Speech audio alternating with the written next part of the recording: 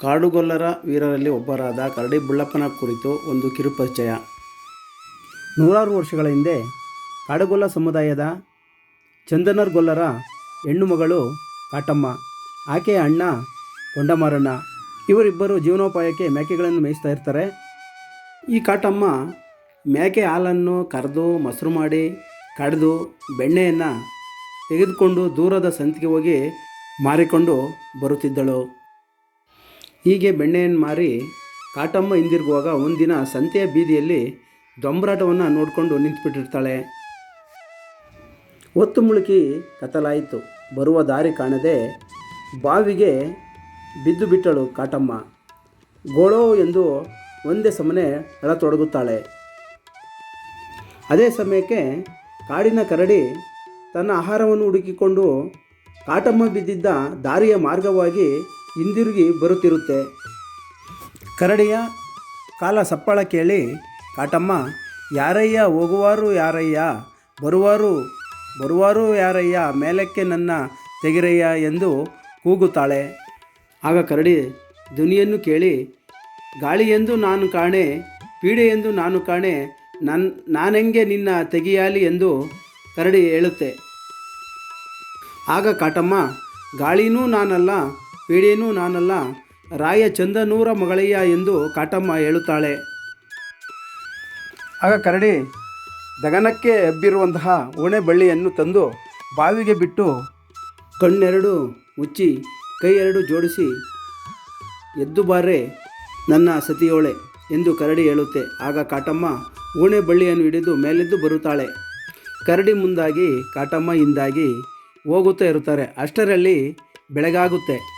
ಆಗ ಕಾಟಮ್ಮ ಕರಡಿಯ ನಿಜ ರೂಪವನ್ನು ನೋಡಿ ದಿಕ್ಕು ತೋಚದೆ ಕೆಟ್ಟೆನಲ್ಲ ಎಂದು ಬಿಕ್ಕಿ ಬಿಕ್ಕಿ ಅಳುತ್ತಾಳೆ.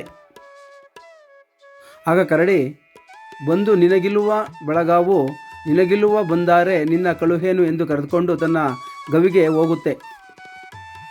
ದಿನ ಕಳೆದಂತೆ ಕರಡಿ ಹಾಗೂ ಕಾಟಮ್ಮನ ಸಂಭೋಗದಿಂದ 2 ಕರಡಿಯ ಮರಿಗಳು ಹುಟ್ಟುತ್ತವೆ. ಹೀಗೆ ಕರಡಿಯ ದಾಂಪತ್ಯ ಜೀವನ ಸಾಗುತ್ತಿರುತ್ತದೆ.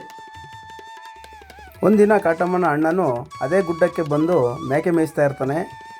ಗುಹೆಯ ಮೇಲೆ ಕುಳಿತುಕೊಂಡು ಕೊಳಲನ್ನು ಊದುತ್ತಿರುತ್ತಾನೆ. ಆ ಕೊಳಲಿನ ನಾದವನ್ನು ಕೇಳಿ ತನ್ನ ಅಣ್ಣನೇ ಎಂದು ತಿಳಿದು ಕಾಟಮ್ಮ ಗವಿಯಿಂದ ಹೊರಗಡೆ ಬಂದು ಅಣ್ಣನನ್ನು ಕಂಡು ಬಾಚಿ ತಬ್ಬಿ ಗೋಳಾಡಿ ಇಬ್ಬರು ಸೇರಿ ಮರಿಗಳನ್ನು ಸಾಯಿಸಿ ಗವಿಯ ಬಾಗಿಲಿಗೆ ಗುಂಡನ್ನು ಉರುಳಿಸಿ ತನ್ನ ಊರಿಗೆ ಹೋಗುತ್ತಾರೆ. ಆ ಸಮಯದಲ್ಲಿ ಕರಡಿ ಗವಿಯಲ್ಲಿ ಇರುವುದಿಲ್ಲ, ಆಹಾರಕ್ಕಾಗಿ ಹೊರಹೋಗಿರುತ್ತದೆ. ಹೊರಹೋಗಿದ್ದ ಕರಡಿ ಗವಿಗೆ ಬಂದು ನೋಡಿದಾಗ ಗವಿಯಲ್ಲಿ ಕಾಟಮ್ಮನು ಇರುವುದಿಲ್ಲ, ಮರಿಗಳು ಸತ್ತಿರುತ್ತವೆ. ಕರಡಿ ನೋಡಿ ಕಿರಿಚುತ್ತಾ ಬೊಬ್ಬೆ ಇಡುತ್ತಾ ಊರ ಕಡೆ ನುಗ್ಗುತ್ತೆ. ಊರಿನ ಜನಗಳು ಕರಡಿಯನ್ನು ಹೊಡೆದು ಸಾಯಿಸುತ್ತಾರೆ. ಮುಂದೆ ಕಾಟಮ್ಮನನ್ನು ಮಾರ್ನೋರ ಗೊಲ್ಲರಿಗೆ ಕೊಟ್ಟು ಮದುವೆ ಮಾಡುತ್ತಾರೆ. ಅದಾದ ನಂತರ ಹುಟ್ಟಿದ ಮಕ್ಕಳೆಲ್ಲ ಸಾಯುತ್ತವೆ. ಆಗ ಅವರ ಮನೆದೇವರಾದ ಮಾರುಮುತ್ತಪ್ಪನನ್ನು ಮೊರೆ ಹೋಗುತ್ತಾರೆ.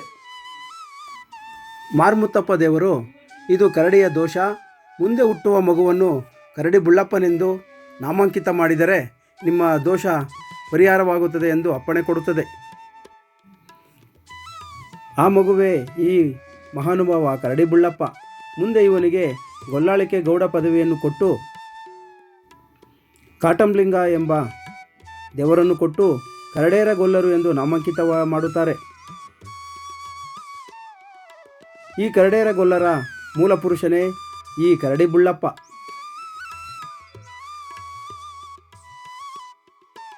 ಪ್ರಿಯ ವೀಕ್ಷಕರೇ, ಈ ವಿಡಿಯೋ ನಿಮಗೆ ಇಷ್ಟ ಆದಲ್ಲಿ ಒಂದು ಲೈಕ್ ಮಾಡಿ, ಹಾಗೆ ನಿಮ್ಮ ಅನಿಸಿಕೆ ಅಭಿಪ್ರಾಯವನ್ನು ಕಾಮೆಂಟ್ ಮಾಡುವ ಮೂಲಕ ತಿಳಿಸಿ.